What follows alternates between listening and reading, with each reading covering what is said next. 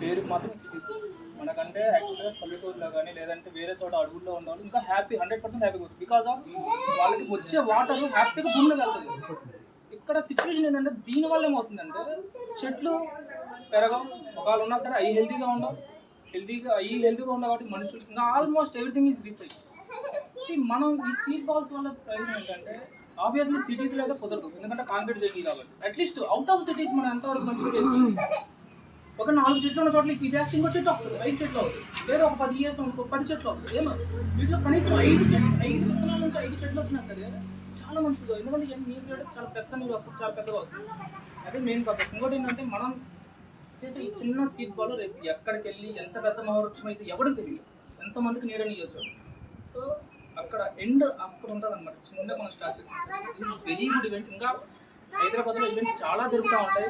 అంటే మాన్సూన్ వస్తుంది కాబట్టి నేను చెప్తున్నాను, వేరే ఆర్గనైజేషన్స్ నుంచి కూడా జరుగుతూ ఉంటాయి. ఫర్ ఎగ్జాంపుల్ యూత్ వర్సిటీ కానీ